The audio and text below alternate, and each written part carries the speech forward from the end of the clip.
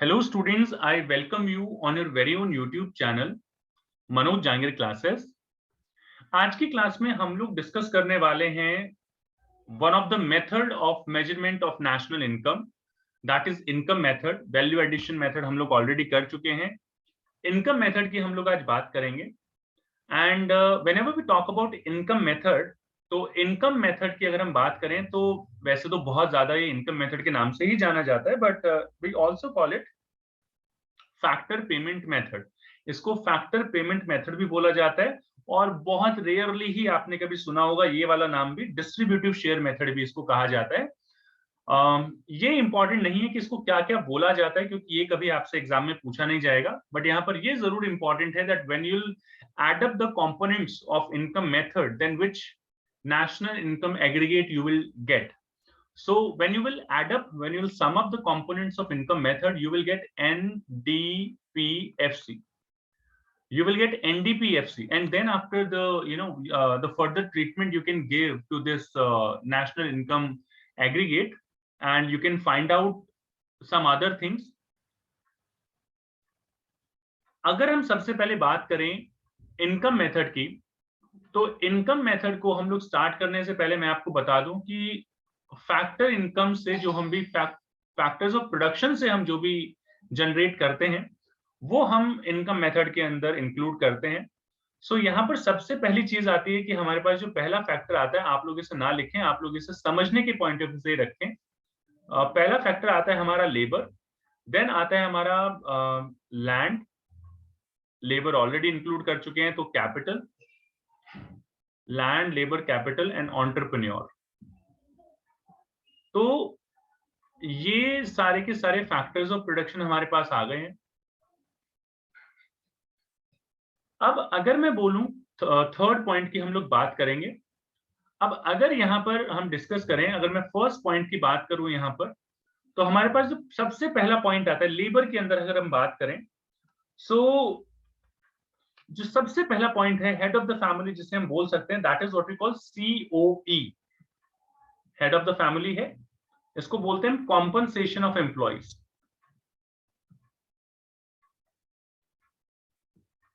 Compensation of employees, जो भी employees को मिलता है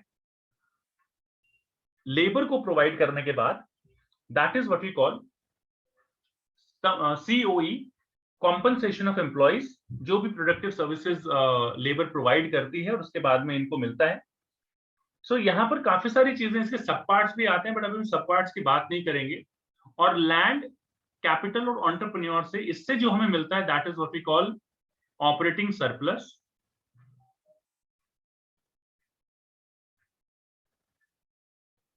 this is what we call operating surplus,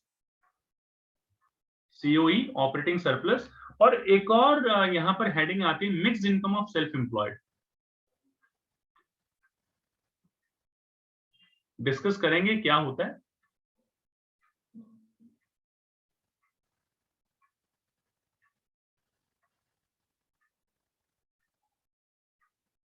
okay, सो आप क्या करें, आप तीनों को ऐड कर लीजिए, COE, operating surplus and mixed income of self employed, and आपको मिल जाएगा NDPFC। You will be able to get NDPFC। But जितना आसानी से मैंने आपको ये सारी चीजें बता दी हैं, इतना आसान नहीं है। काफी बार क्या होता है, हमें हेड ऑफ द फैमिली, जो ये मेन हेडिंग्स लिखी हुई हैं, ये हमें गिवन नहीं होती हैं। ऐसा हो सकता है कि COE गिवन ना हो। जब COE गिवन नहीं होता तो हमें किन मतलब तीन आइटम्स हमारे पास आते हैं, उन तीन आइटम्स में से जो भी क्वेश्चन में गिवन है आप उन्हें सम अप कर लीजिए और COE आपका आ जाएगा। बट ये टेक्निक आप तभी अपनाएं जब COE गिवन ना हो। तो अगर COE गिवन है तो आप इन कंपोनेंट्स को, अगर ये गिवन हो तो भी इनको कंसिडर नहीं करना है।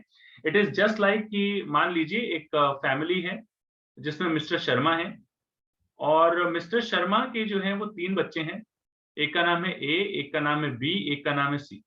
तो अगर कोई शादी का कार्ड आता है और शर्मा जी को कार्ड पकड़ा के जाता है और बोलता है कि भाई mister Sharma you have to come with family, तो मतलब जहां पर मिस्टर शर्मा का नाम आ गया वहां पर इनके तीन बच्चों का नाम ऑटोमेटिकली आ गया, जिसका नाम A, B, C जो भी है, तो ये ऑटोमेटिकली इंक्लूड हो गए।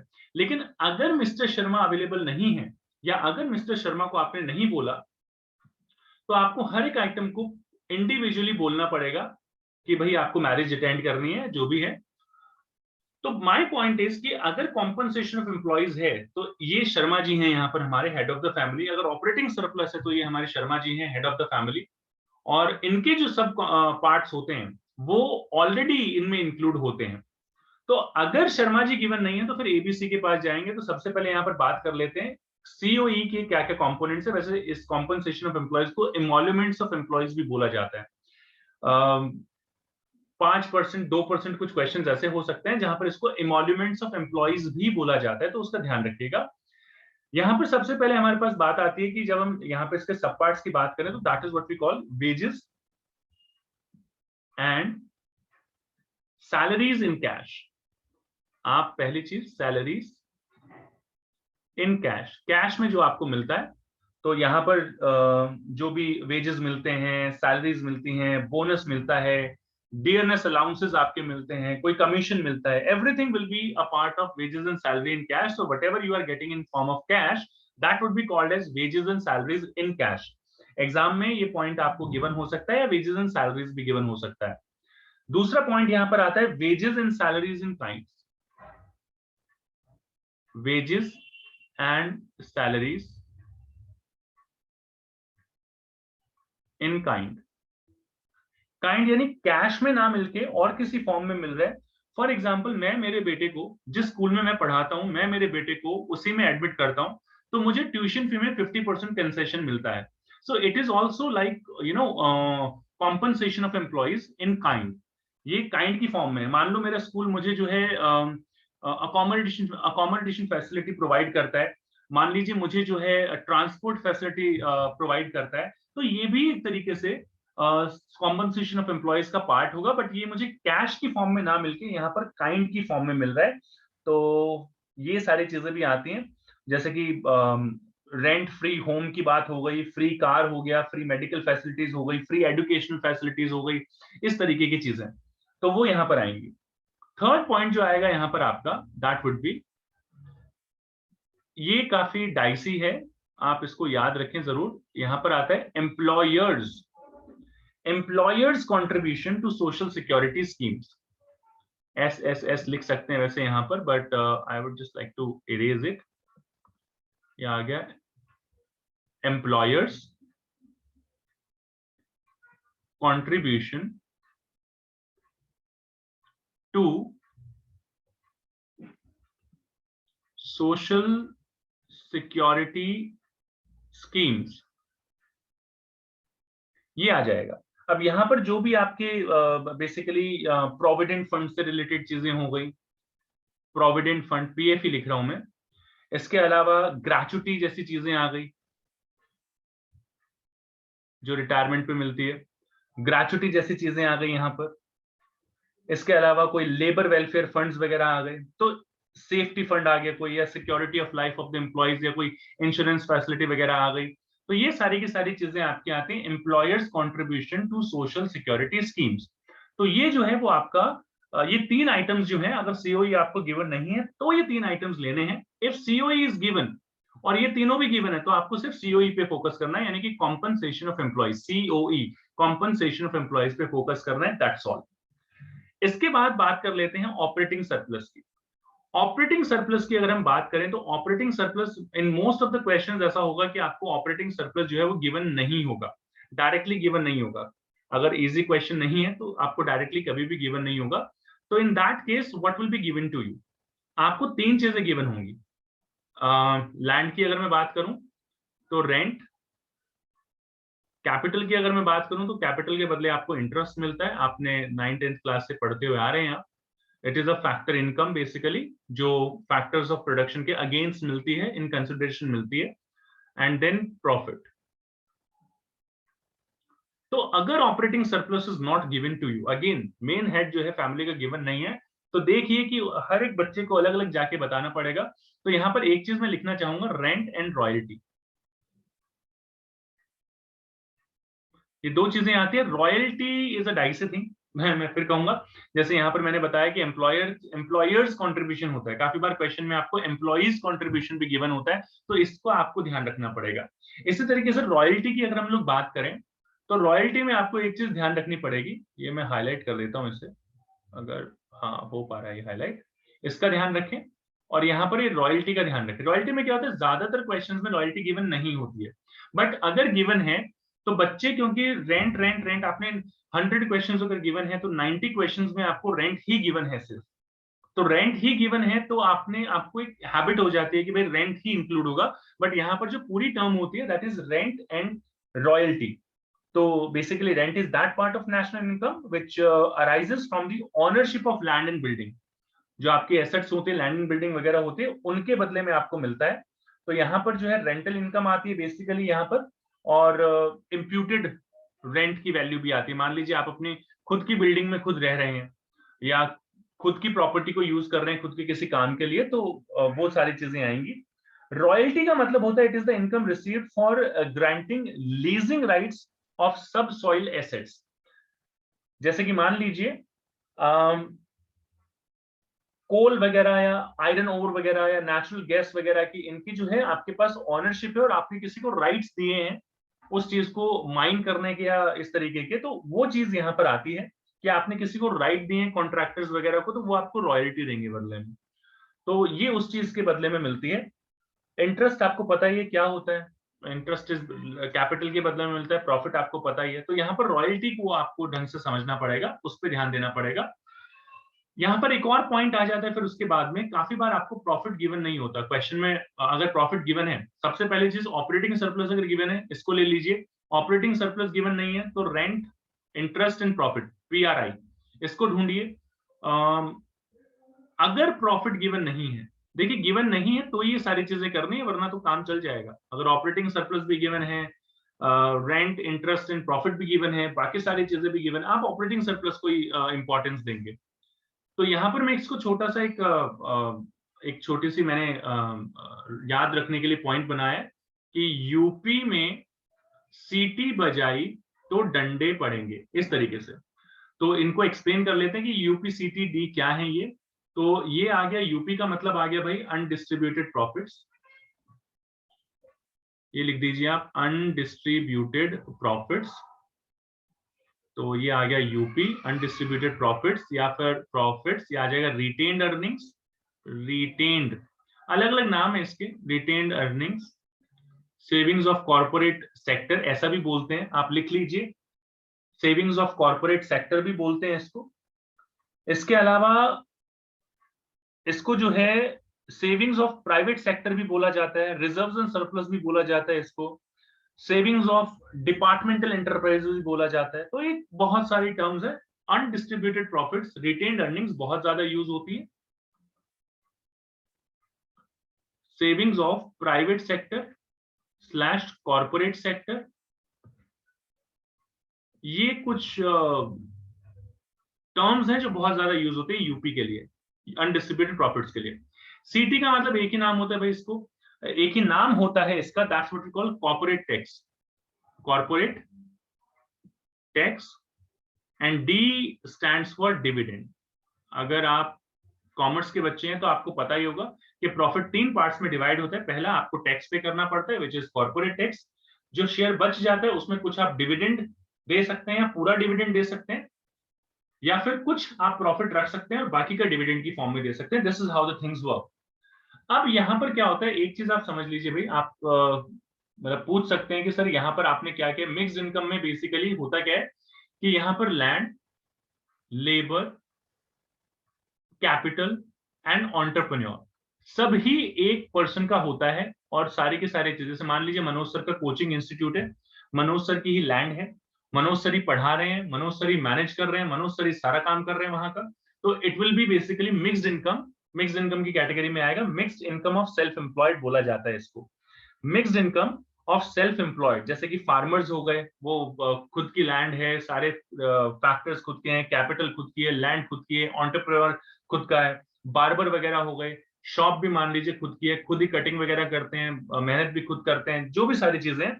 तो इसको हम बोलते हैं basically mixed income of self employed, और इसको हम ये भी बोल सकते हैं कि mixed income for from productive services, ऐसा भी बोल सकते हैं इसको। तो दोनों ही चीजें एक ही चीज है। डॉक्टर वगैरह जैसे हो गए कि अपना ही क्लिनिक एक छोटा सा है, वहां पर इनकम अर्न कर रहे हैं, कोई जनरल स्टोर किसी ने खोल ली है, तो ऐसे बहुत सारे जो है सोर्सेज हो सकते हैं इनकम के, and that is what we call mixed income of self employed. इसको हम बोलते हैं mixed income of self employed. तो ये सारी चीजें मिक्स्ड अप होती हैं, सबका समेशन होता है, लैंड का, लेबर का, कैपिटल का, एंटरप्रेन्योरशिप का। ये सारी चीजें जब आप एडअप कर लेते हैं, सम अप कर लेते हैं, तो आपको मिलता है एनडीपीएफसी। ये जो हमने सबसे पहले लिखा है यहाँ पर, ये आपको पता होना चाहिए। मैं आपको बता देता हूं कि वैल्यू एडिड मेथड और एक्सपेंडिचर मेथड, इन दोनों के कंपोनेंट जब आप ऐड करते हैं तो आपको मिलता है जीडीपीएमपी। लेकिन यहां पर जब आप इनकम मेथड की बात करते हैं तो वहां पर एनडीपीएफसी मिलता है आपको। आप चाहें तो इसको याद कर सकते हैं, प्राइम टीवी बिंज वॉच अगर आप करते हैं तो प्राइम इस तरीके से भी याद कर सकते हैं, पीआरआई यानी कि profit rent interest, PRI profit rent interest, M का मतलब आ जाएगा mixed income, E stands for employees compensation कह लीजिए या इमोल्यूमेंट्स ऑफ एम्प्लॉइज कह लीजिए। तो प्राइम करके आप इसको याद कर सकते हैं, इसके कंपोनेंट्स को याद कर सकते हैं। Summation of rent and royalty, interest and profit is known as operating surplus. ये आप मत भूल जाइएगा, इसको ध्यान रखिएगा। तो ये पूरा एक थ्योरेटिकल सेक्शन हुआ। अगर आप नेशनल इनकम कैलकुलेट करना चाहते हैं, फाइंड आउट करना चाहते हैं इससे, तो आप किस तरीके से कैलकुलेट करेंगे, लेट्स हैव अ लुक। तो यहाँ पर एक किस्सा खत्म हुआ, आप इसे लिख लीजिए कहीं पे। तो अगर आप नेशनल इनकम फाइंड आउट करना चाहते हैं, नेशनल इनकम का एग्रीगेट होता है एनएनपीएफसी, और हमने इस मेथड से निकाला है एनडीपीएफसी। तो यहां पर सिर्फ आपको net factor income from abroad, NFI ज्यादातर गिवन होता है बुक्स में, मैं नफीफा लिखता हूं क्योंकि क्लियर हो सारी चीजें, मतलब कोई प्रॉब्लम आपको ना हो। काफी बार टू अब्रॉड भी गिवन होता है, तो नफीफा का मतलब फ्रॉम अब्रॉड होगा, तो वो चीज आपको क्लियर हो जाएगी। तो ये भी मैं बता देता हूँ कि किस तरीके से लिखते हैं इसको। तो जो भी एग्रीगेट, नेशनल इनकम का एग्रीगेट आपको फाइंड आउट करना होता है उसको बाहर लिख दीजिए।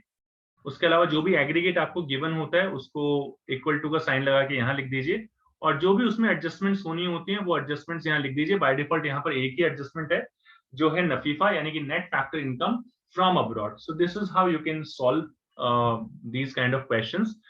हम लोग एक एक करके कुछ क्वेश्चंस आप लोगों को बता देते हैं कि किस तरीके से सॉल्व करना होता है, किस तरीके से आप सॉल्व कर सकते हैं। तो ये यहाँ पर क्वेश्चन की बात कर लेते हैं। ये हमारे पास क्वेश्चन आया भाई, चलिए इसको थोड़ा सा थिन कर लेते हैं और शुरू करते हैं। तो यहाँ पर ये क्वेश्चन है, बेसिक क्वेश्चन है, कोई प्रॉब्लम वाली बात नहीं है। सबसे पहले ये देखिए कि क्वेश्चन में क्या पूछा गया है। ग्रॉस डोमेस्टिक प्रोडक्ट आपको निकालना है eight factor cost. Gross domestic product at factor cost क्या करेंगे, कैसे निकालेंगे? आइटम्स क्या गिवन है आप सबसे पहले आइडेंटिफाई कीजिए। काफी सारे बच्चे पूछते हैं सर पता कैसे लगेगा कि कौन से मेथड से निकालना है। बेटा सबसे पहला compensation of employees, make yourself familiar of these terms, operating surplus, mixed income। अब ये सारी चीजें किस में आती हैं भाई, ये इनकम मेथड में आती हैं, और तीनों डायरेक्टली गिवन है, जो कि गिवन नहीं होंगी हमेशा। तो इन तीनों को ऐड कर लीजिए आप। अच्छा, ऐड करेंगे इन सारी चीजों को, सबसे पहले आप निकालेंगे एनडीपीएफसी, उसके बाद जीडीपीएफसी पे जाएंगे, ये आपको पता होना चाहिए। तो सबसे पहले आप बस स्टॉप पे पहुंचिए, उसके बाद क्या गिवन है वो बाद में देखेंगे। तो इन तीनों को ऐड कर लीजिए। काफी बार ऐसा होता है भाई mixed income of self employed given नहीं होता है, जो चीज गिवन नहीं है उसको जीरो कंसिडर कर लो, ऐड मत करो। काफी बार बच्चे क्या करते हैं, ढूंढते रहते हैं किसी पर्टिकुलर आइटम को, पहले अच्छे से देख लीजिए कि वो आइटम वहां पर अवेलेबल है, नहीं है तो फिर आप उसको जीरो कंसिडर करके आगे बढ़ सकते हैं। तो इन सबका टोटल कर लीजिए 100, 200 एंड 300। 300 आ गया हमारा, 300 नॉट 3000, ये आ गया एनडीपीएफसी 300। अब हमें क्या करना है भाई, जीडीपीएफसी निकालना है। जीडीपीएफसी जो फाइंड आउट करना होता है उसे बाहर लिखिए, इक्वल टू का साइन लगाइए। आपने क्या फाइंड आउट किया है वो लिख लीजिए, और यहाँ पर ग्रॉस निकालना है, नेट गिवन है तो प्लस डेप्रिसिएशन कर लेंगे आप। Consumption of fix capital already आपको गिवन है, 300 प्लस 70। बेसिक क्वेश्चन है, आसान सा क्वेश्चन है। 370 ये रहा आपका आंसर। करोड़ में गिवन है यहां पर वैल्यूज, तो आप करोड़ भी एंड में जरूर लगाएं, सीआर लगा दीजिए, दैट्स ऑल। मतलब कुछ कुछ अलग नहीं है यहां पर। आप देखिए एक और क्वेश्चन देखिए यहाँ पर, क्वेश्चन नंबर 2 है, यहां पर भी निकालना है भाई, given the following data calculate NDPFC. अब भाई एनडीपीएफसी ही निकालते हैं हम, तो ये तो बहुत अच्छी बात हो गई, हमें कुछ आगे कैलकुलेट ही नहीं करना। अब क्या क्या गिवन है, सबसे पहले सीओई देखिए गिवन है या नहीं है, कॉर्पोरेट प्रॉफिट टैक्स, ये कॉर्पोरेट टैक्स ही है, वैसे बता दूं। कंट्रीब्यूशन टू सोशल सिक्योरिटी, ये कुछ भी गिवन नहीं है, तो एम्प्लॉयर का ही होता है, एम्प्लॉयर वाला ही पॉइंट है ये। अनडिस्ट्रीब्यूटेड प्रॉफिट है। मिक्स्ड इनकम, ये एक हेडिंग आ गई हमारे पास। अच्छा, कुछ भी गिवन नहीं है इसमें, आप देखेंगे तो सबसे पहले कुछ हाईलाइट कर लेते हैं कि किसके सीओई के कौन कौन से आइटम्स है। वेजेस आ गए, सीओई का आइटम है। रेंट, इंटरेस्ट, डिविडेंड, ये तीनों के तीनों जो है वो आपके ऑपरेटिंग सरप्लस के आइटम है। इसके बाद वेजेस दिए हैं, कैश काइंड में कुछ भी गिवन नहीं है।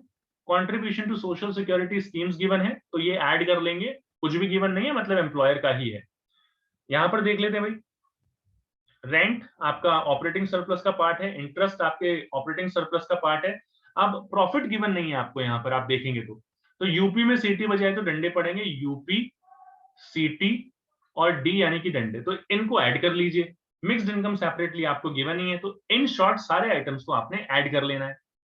तो भाई सारे आइटम्स को हम ऐड कर लेते हैं, देखेंगे ये 15,000, 15 प्लस 3 18,000, 18 और ये 1,000 19,000, 19,800, 400 ये वाले, 400 ये वाले, तो 19,800 सबको ऐड कर लीजिए आइटम्स को। मैं आपको बता देता हूं, आपने सबसे पहले वेजेस लिए, वेजेस में आप ऐड कर लीजिए, क्योंकि कैश या काइंड्स का डिफरेंशिएशन गिवन नहीं है, तो सिर्फ आप ये वाला येलो हाईलाइटेड आइटम लेंगे। फिर आप contribution to social security scheme ये वाला ले लेंगे, ये आपका आ गया सीओई। इसमें ऐड कर दीजिए पी गिवन नहीं है, तो सबसे पहले आर यानी कि रेंट प्लस इंटरेस्ट, और पी की जगह पी गिवन नहीं है तो आप उसमें यूपी प्लस सीटी प्लस डी ले लेंगे और एमआई ऐड कर लीजिए। तो इस तरीके से सारी चीजें मैंने बताई हैं, आप इनको ऐड करेंगे तो एनडीपीएफसी ही निकलता है। एक चीज जो मैं आपको बताना चाहूंगा, यहाँ पर कई बार कॉरपोरेशन प्रॉफिट टैक्स, तो ये कॉर्पोरेट टैक्स ही है, और प्रॉफिट ऐड कर लेते हैं, तो प्रॉफिट का ही डिवीजन होता है ये। तो सेपरेटली अगर कभी गिवन हो तो, मतलब अभी कुछ नहीं बताएंगे, ये इंक्लूजन एक्सक्लूजन का पॉइंट है। कॉर्पोरेट टैक्स से कभी भी नेशनल इनकम का पार्ट नहीं होता, प्रॉफिट होता है, प्रॉफिट का डिवीजन होता है, इसलिए प्रॉफिट को गेट करने के लिए हम कॉर्पोरेशन प्रॉफिट टैक्स ऐड करते हैं। बट टैक्स किसी भी तरीके का हो, डायरेक्ट या इनडायरेक्ट, कभी भी नेशनल इनकम में ऐड नहीं होता, ये आपको पता होना चाहिए, इतनी नॉलेज आपको होनी चाहिए।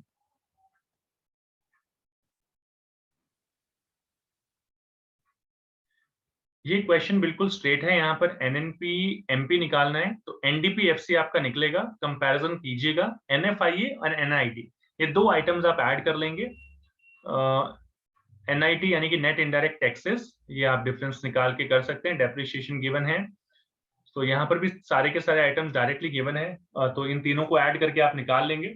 एनडीपीएफसी तो डायरेक्ट है, इसलिए मैं कुछ भी नहीं यहाँ पे बताऊंगा आपको।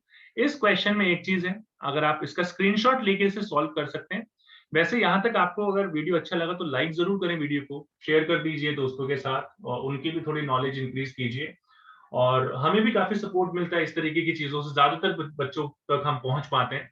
तो सब्सक्राइब भी कर दीजिए वीडियो को, और चैनल को सब्सक्राइब कर दीजिए, वीडियो को लाइक और शेयर कर दीजिए, चैनल को सब्सक्राइब कर दीजिए फॉर गिविंग अस मोटिवेशन। ये ओल्ड एज पेंशन करके एक आइटम है बेटा, ओल्ड एज पेंशन जो है आपकी ट्रांसफर इनकम होती है, प्लीज इसका ध्यान रखिएगा, ये आपकी ट्रांसफर इनकम होती है, तो ये इंक्लूड नहीं होते। There are two items, old age pension and retirement pension. Retirement pension is a deferred wage, deferred income, earned income जिसे हम बोलते हैं, but old age pension is a transfer income, so it is not included in national income, या NDPFC में include नहीं होता है, तो इसका ट्रीटमेंट यहाँ पर नहीं होगा।